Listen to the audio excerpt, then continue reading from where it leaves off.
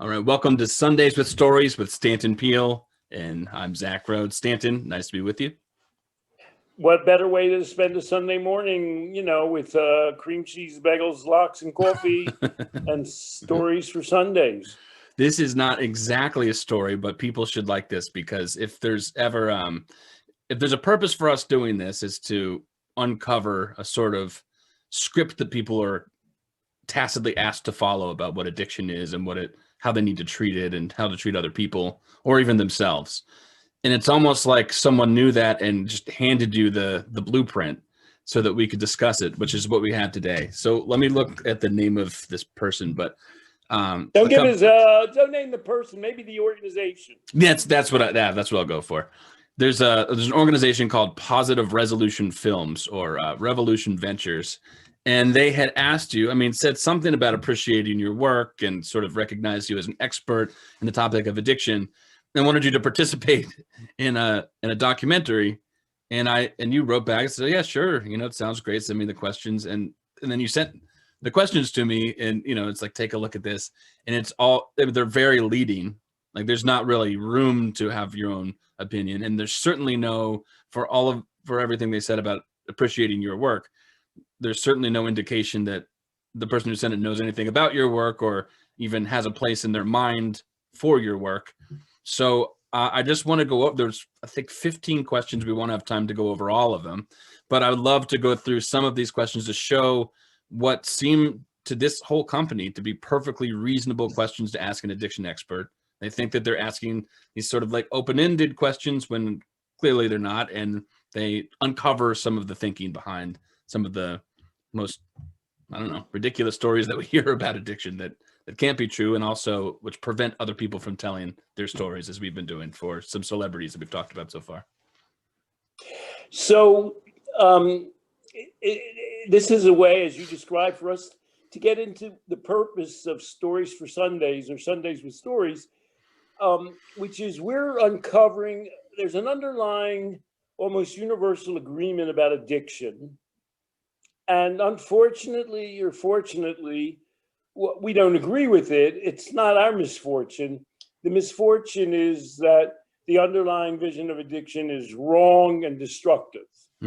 So we've got as our little mission in life to dismantle, deconstruct this underlying vision of addiction.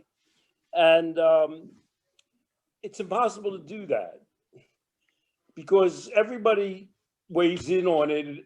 It's an underlying part of our culture's thinking among all groups. So I'm going to introduce a musical interlude here. We have an impossible dream. This is our quest to follow our star, no matter how hopeless, no matter how far. I thought some music for Sunday would, help out. Music with Sunday. Sundays with music. And so everybody agrees with this model. And I'll just take one example that just struck me. You were at the 2018 International Drug Policy Alliance Conference. And I read about the conference other than your being there in an article in Forbes, which is a libertarian magazine. Lessons from the Drug Policy Alliance Biennial Conference. As was discussed in the panel, The Overdoses Crisis in Our Backyards, the medical field treats drug abuse as a behavioral issue, but doesn't do the same for diabetes or heart disease, both of which can be attributed at times to sedentary lifestyles and poor diet. Lifestyle choices that may exacerbate a genetic predisposition. Addiction is a genetic, involuntary, and can happen to anyone. So let's just get what's happening. This is at a reformist convention that you attended and spoke about our work at. It's by the person delivering this is the chair of the board of Students for Sensible Drug Policy. So it's a young person at a reformist conference, and her gripe is that doctors don't see addiction enough as a disease. they don't realize how involuntary and genetic it is, just because it has something to do with the behavior. And I want to just throw in a footnote here. Who is she arguing with? Of course, there's the American Board of Addictive Diseases, which is run by Nora Volcko, created by Nora Volcko, which has made the disease theory embedded in American medicine.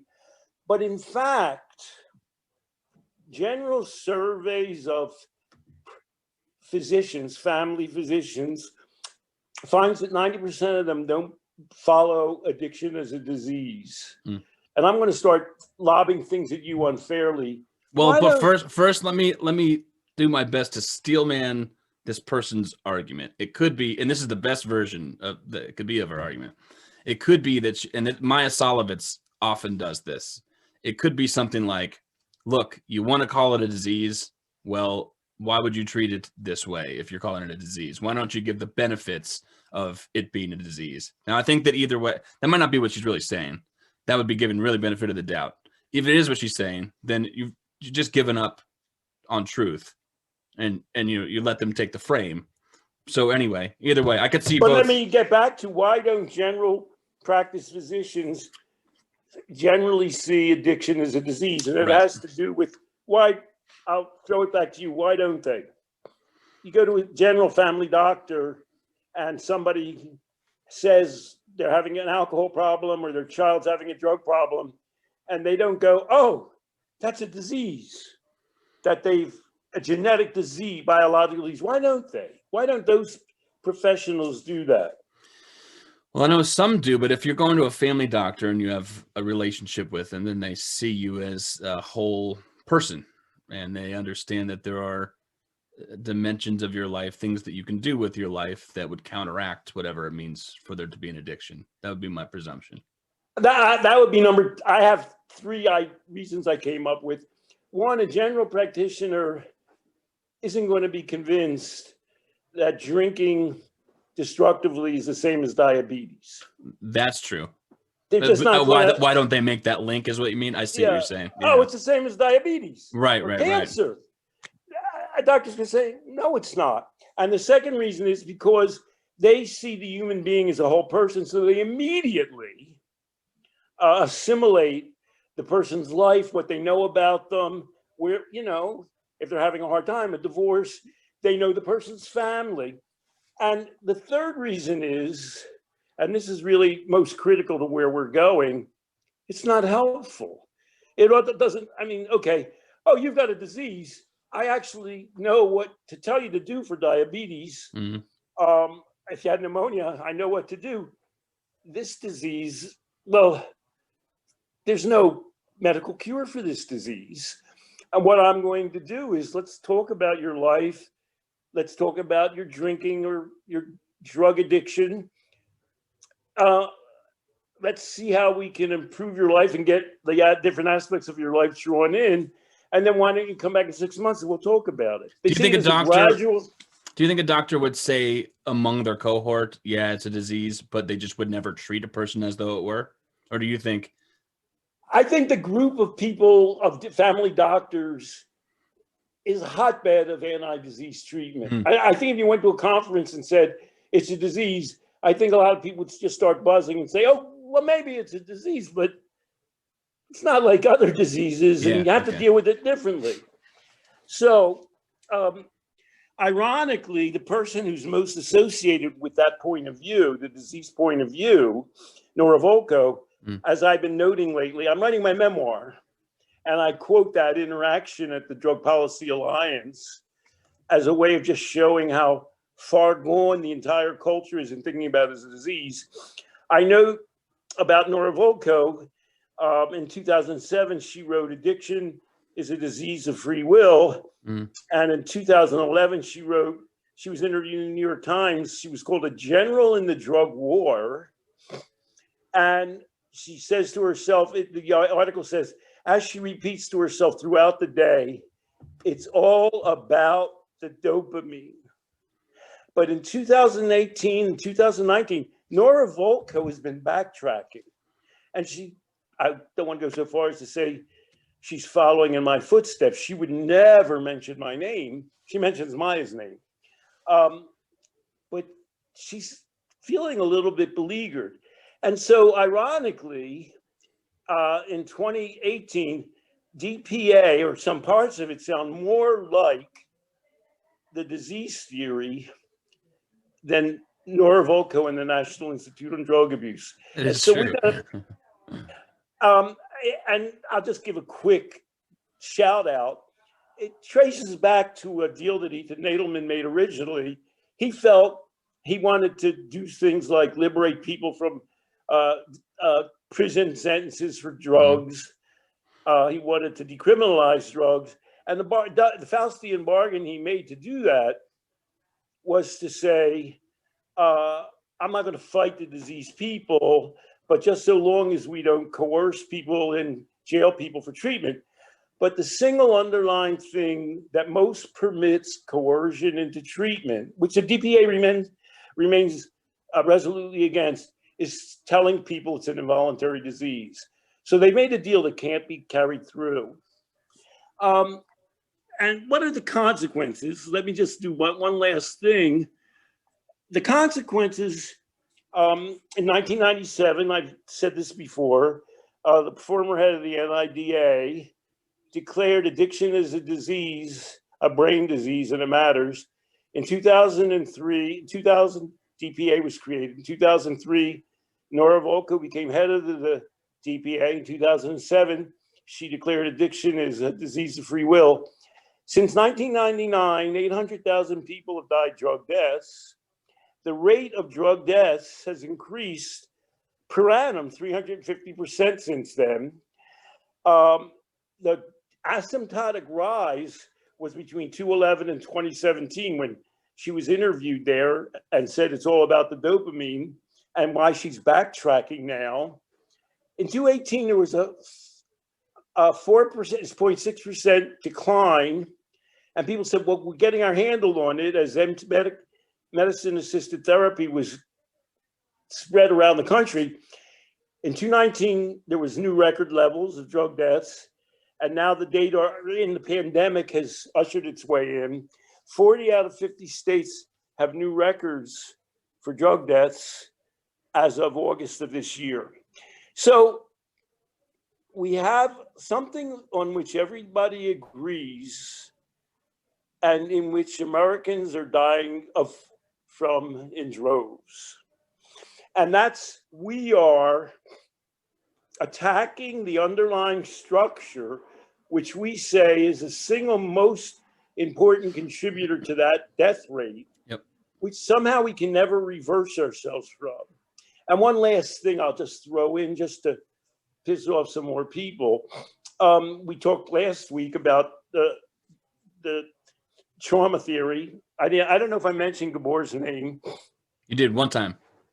I went to go count, and you only mentioned it one time. Gabor Mate sees the world in some ways like we do. He doesn't believe addictions is genetically inherited. And what he has done with the concept of, what's that concept he uses? Do you know? With the word genetic in it, do you know the phrase he uses? Epigenetic. And what's that mean? Something about how culture affects genes from like the social, let's see, from software, it creates the hardware or something like that. And then that those genes are passed down the lineage. So something cultural that happens can become embedded in genes. Good. I would say something, when the original movement to identify the human genome was created in 1980, people felt that we would find individual genes that you prick out like candy off a sheet of paper, and there would be a gene for everything. Yeah. What we in fact learned from the Human Genome Project, it's unbelievable. Hardly any of our DNA is organized into specific genes. There aren't specific genes for anything. We have only 60,000 individual genes where earthworms have 40,000 genes. Human beings are not created by genes. They're created by complex interactive facilitative genes, chromosomal DNA material. And Gabor learned about that. Of course, I knew about that from the start, but he's learned about that, and he's found a way to translate the fluidity of genetic material into a modern disease theory. Mm-hmm. He says, incorporating all of that, it still forms who you are forever. And of course, it's now, people talk about it being passed along, intergenerational disease theory, trauma theory. And so he has enabled us, the world, to update. And Gabor is a great believer in powerlessness. He's a great supporter of AA, a way of incorporating modern disputations against genetic determination, but in allowing the disease theory to continue despite that. Yeah. And this is strictly my own opinion. He will go down as the most dangerous and destructive theorist of the first part of the 21st century. And by 2050, I won't be alive then, Zach, so I want you to remind people of that. People will have come to the realization that his main contribution was to update a destructive disease theory, which is part of the mass of drug deaths that we see. And that's what we're about. I just want to, before we get into the questions, I want to read. In 1985, I wrote The Meaning of Addiction. Whoops. This is the last paragraph in my introduction. Our conventional view of addiction, aided and abetted by science, does nothing so much as to convince people of their vulnerability. It is one more element in a pervasive sense of loss of control that is the major contributor to drug and alcohol addiction, along with a host of other maladies of our age. We feel we must warn people against the dangers of the substances our society has banned or attempted to curtail but cannot eradicate. This book argues that our best hope is to convey these dangers realistically by rationally pointing out the cost of excess, and more importantly, by convincing people of the benefits of health and a positive life experience. Behind you, you have the Life Process Program. That's what we do in the Life Process Program, all that we just described there. Otherwise, the idea of addiction can only become another burden to the psyche. Science cannot increase our understanding of ourselves and our world, nor can it show us the way to freedom if it is held captive by our fears. Do you have the questions in front of you? Can you read the first question? Do you have it? I can. Yep, let me pull it up here. First question is, it's a good one. Why is addiction increasing? Why addiction is increasing in epidemic proportions? And here's the context. So in other words, let's just point out that's not actually a question. Yeah. He's saying explain, and then read the context for this. Right, exactly. He's saying basically explain why this thing is true. Addiction is increasing in epidemic proportions. Context for the question, he says, is addiction today is epidemic and catastrophic. If we are not victims ourselves, we all probably know someone struggling with a merciless compulsion to alter their mental state through addictions. There are hundreds of addictions ranging from drugs, alcohol, food, tobacco, sex, gambling, opioids, sugar, internet, porn, television, video games, and shopping that destroys millions of people's health, wealth, happiness, and relationships. All right. I know I'm sort of supposed to answer these questions. How do you react to that question? As a human being, a father, and a coach and a helper. I'm a little bit confused by it. I immediately wonder what the second order ask is, but I mean, it's crisis mode all the way through. So it's trying to put an exclamation point on this idea that addiction is all around us. Nobody's safe. Makes me feel uncomfortable.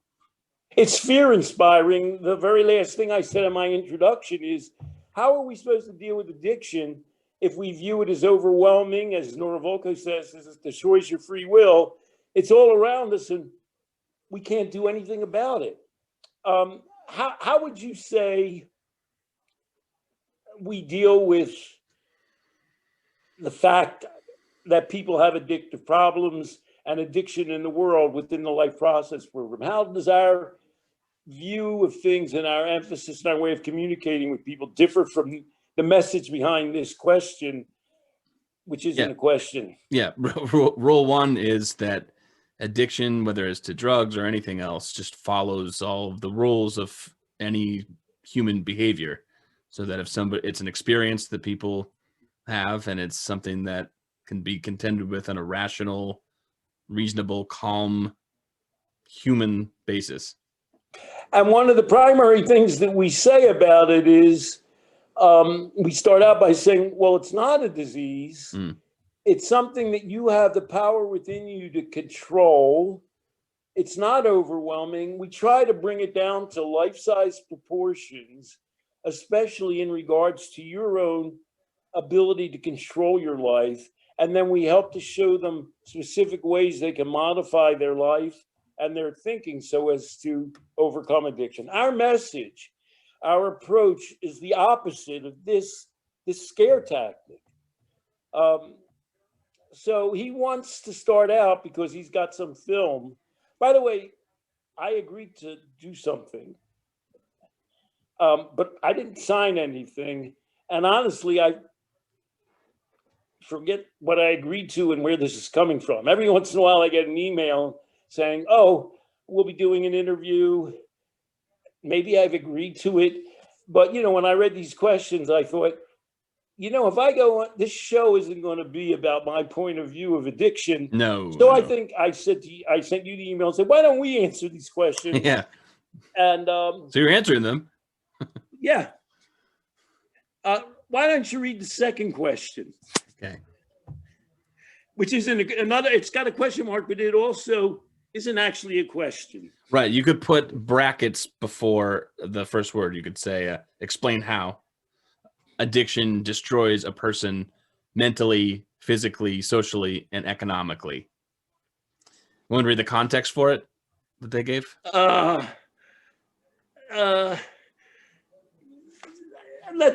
don't have to go into that. So once again, we're overwhelming people. Would you ever approach somebody you're trying to help by explaining to them how addiction destroys them mentally, physically, socially, and economically? No. What's our approach in Life Process program instead?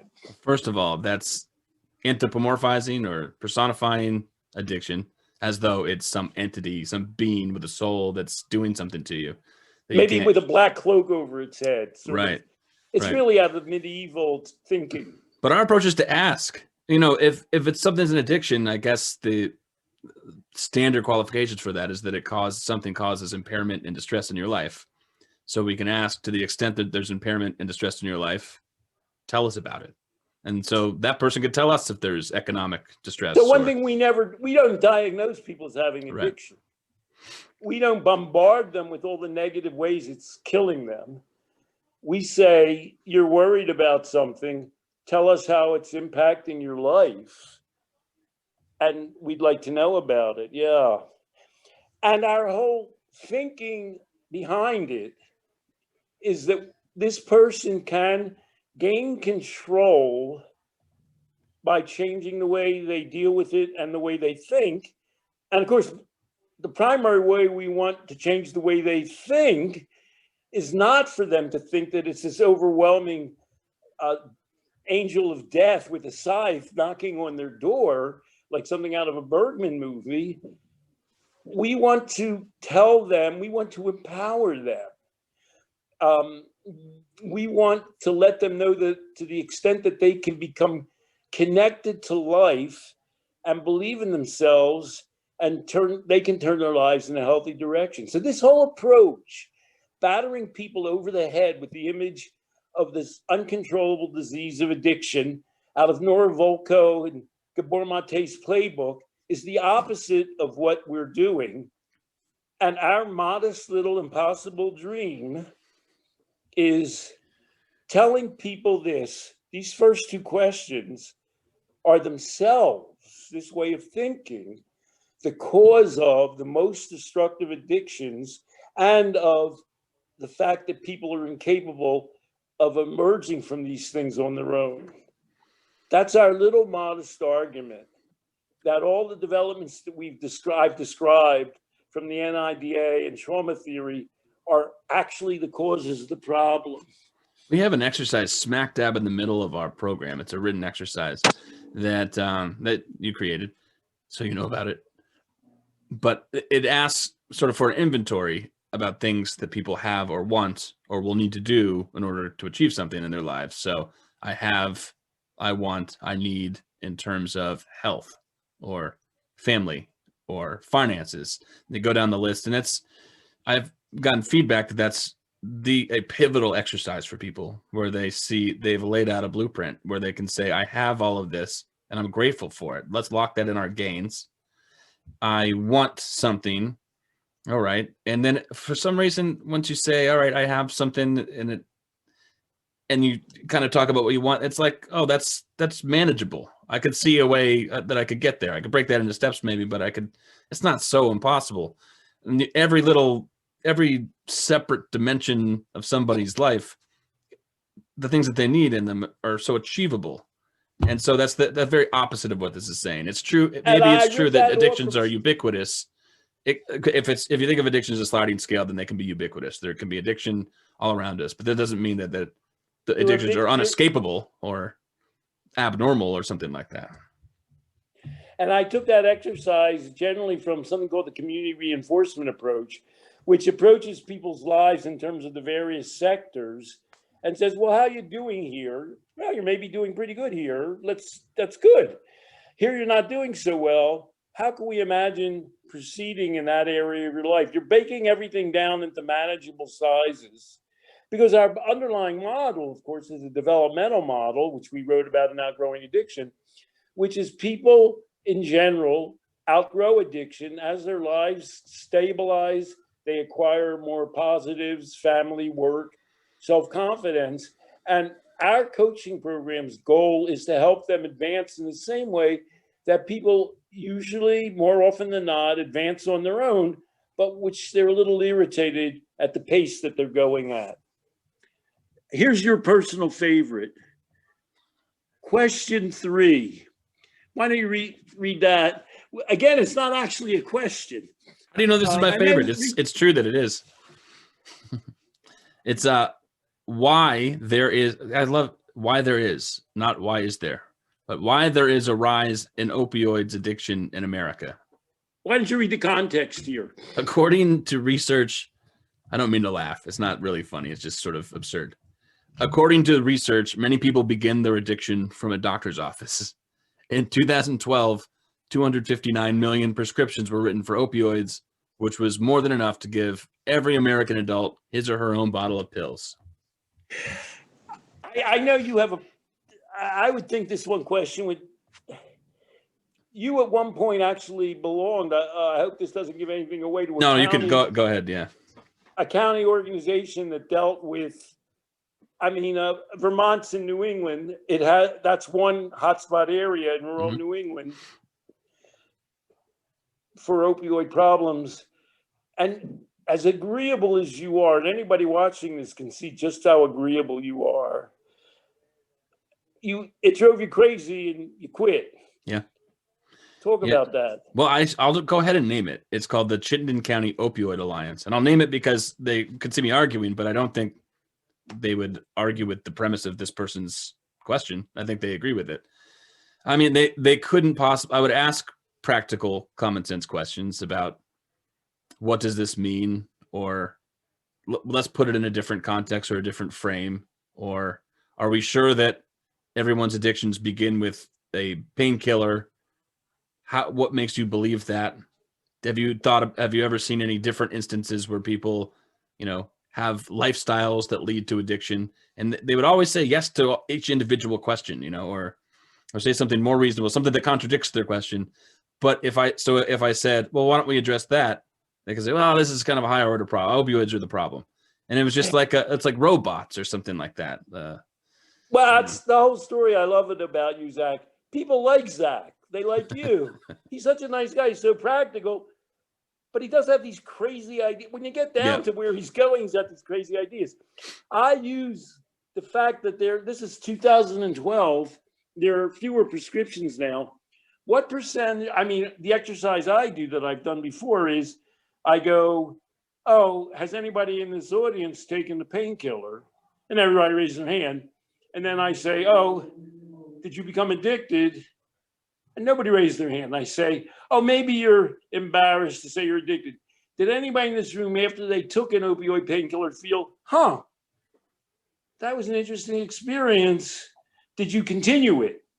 And then a couple of people raise their hand and they say no. And I say, well, why didn't you continue it? And then they say all the stupid reasons, stupid in quotations. Well, you know, I had to go to work. I have a family. I have a partner. I'm just not going to keep taking painkillers. The prescription, and of course, 90% of people don't even finish the painkillers in their prescription. So this question is about, it jumps from how many people take painkillers to how bad the addiction problem is. I go in the exact opposite direction. I say, isn't it unbelievable? I mean, I happen to know that in the year 2017, 100 million Americans took a painkiller, and only about 1% suffered a prescribed painkiller.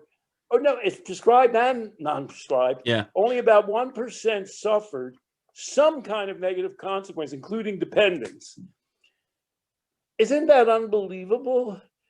This powerful drug, and so few people develop a problem around it, and let alone becoming addicted to it.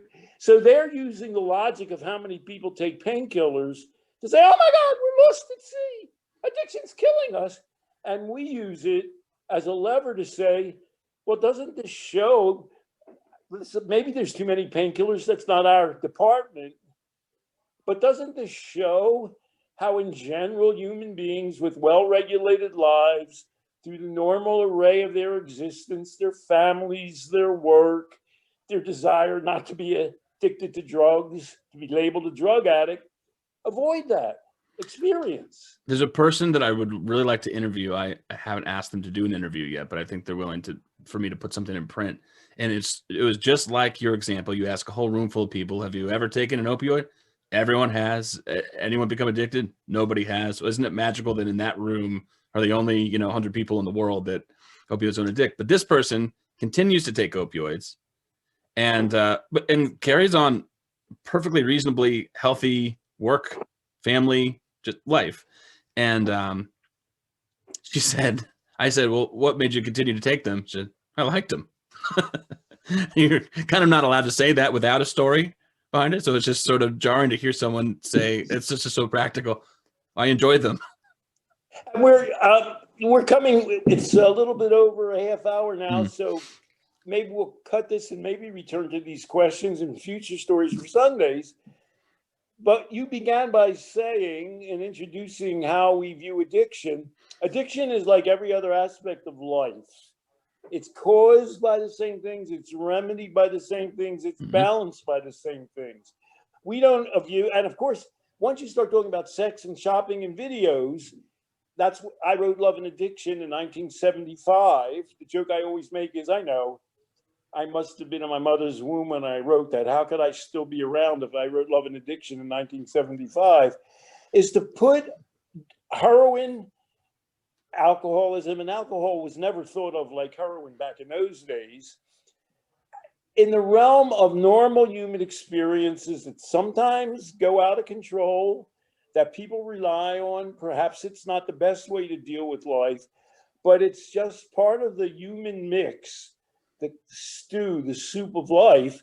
And that's the best way to understand addiction, the best way to not go crazy and be overcome by fear, if you remember my reading from the intro from The Meaning of Addiction, and the best way to try and row steadily on your way in life to dealing with life as best you can, with or without the addiction, or with the object of your addiction, and managing that experience is called harm reduction.